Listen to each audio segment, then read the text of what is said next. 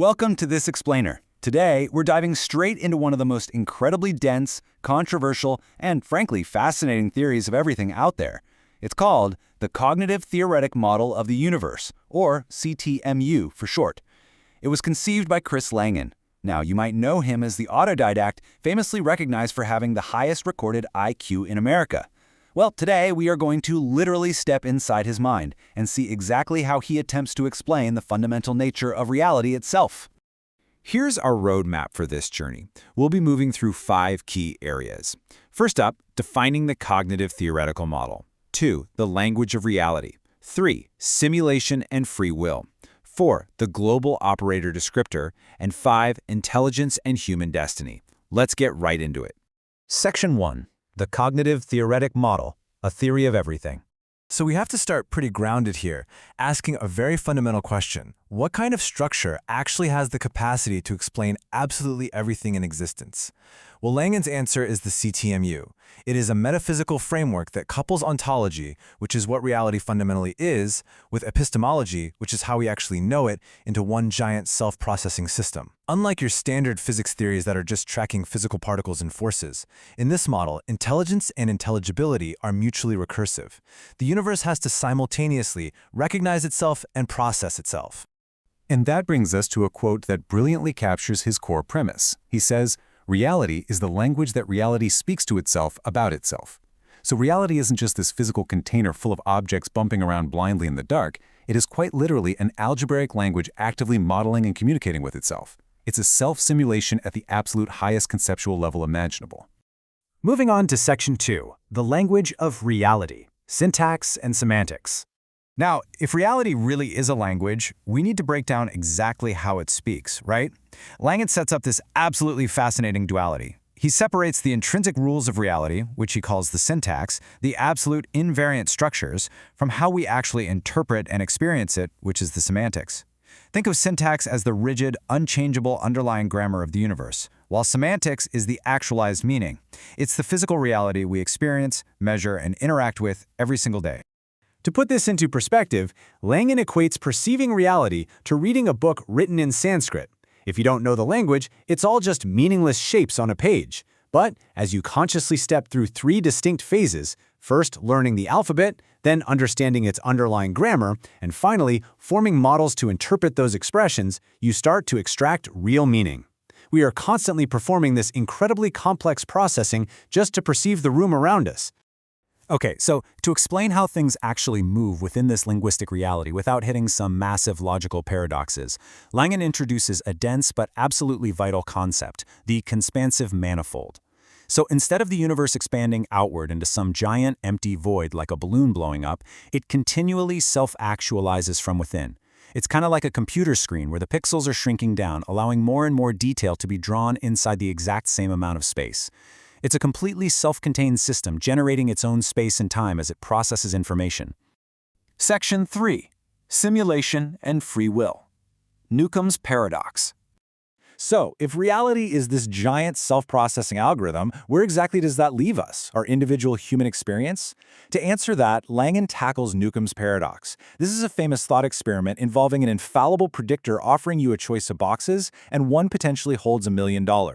Langan's resolution to this way back in 1989 was actually one of the very first applications of the simulation hypothesis. He basically argues that this infallible predictor is like the programmer of a simulation, someone who already knows your choices because they inhabit a higher meta-time, looking down on our entire timeline. But because he places this predictor in a higher dimension, looking down at us, it naturally leads to a massive, inevitable question. If reality operates like a pre-programmed self-simulation, does that mean we lack free will? Are we all just stuck running on a predetermined track with no real choices? Well, according to Langan's model, we absolutely have free will. He breaks reality down into 3 tiers of operators. The primary operator is the universe itself. At the very bottom, you have tertiary operators, which are subatomic particles. But right there in the middle, we have humans. We're classified as secondary tellers. We are active cognitive components that literally inherit the universe's own will to exist. Because the universe has the free will to self-actualize, and we are functionally composed of the universe, we inherently possess that free will to physically complete its causation. And we exercise that will through an operation Langan calls telic recursion. It's essentially this continuous dynamic feedback loop. Our consciousness doesn't just bump blindly into the next second. It simultaneously evaluates our past memory states to adaptively select a future goal, which he calls a telon, right in the present moment. We are actively binding potential futures into actual events based on what is most useful for our actualization. Which brings us to Section 4, the God operator descriptor. All right, we have reached the metaphysical peak of this explainer. This is where Langan contextualizes some highly polarizing religious concepts entirely within a mechanical physics framework. According to the CTMU, the concept of God isn't some anthropomorphic being sitting on a cloud. Rather, it's an acronym for the global operator descriptor. This is reality's perfect, unbounded self-identification operator. It is the absolute highest level of stratified identity that all of us share. Simply put, it is the universe acting as a singular, self-creating event. Because we are dealing with a strict, highly logical framework here, it requires a completely structural, neutral view of morality. Good is mathematically defined as structural coherence. It's being aligned with reality and actively seeking self-actualization. Evil, on the other hand, isn't some mystical dark force. It is simply incoherence. It is anti-existence. It's the deeply paradoxical desire to unbind, negate, or actively destroy reality.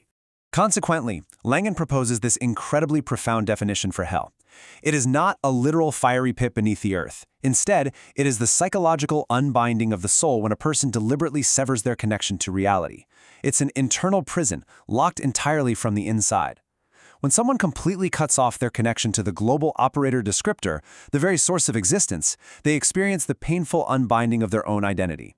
Finally, Section 5, Intelligence and Human Destiny, our shared future. Let's bring all this high-level abstraction back down to earth and look at our collective future. Langan observes that many people, particularly within academia, fall into what he calls the danger zone effect. This generally occurs roughly in the 120 to 150 IQ range.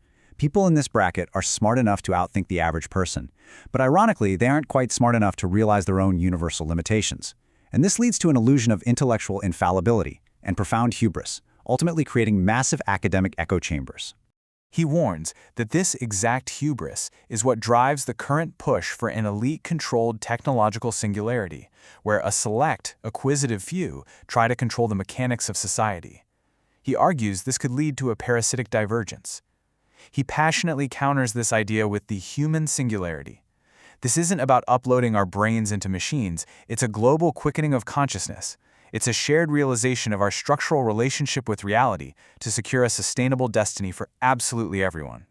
So, as we wrap up this explainer, I want to leave you with a profound question based on Langan's model.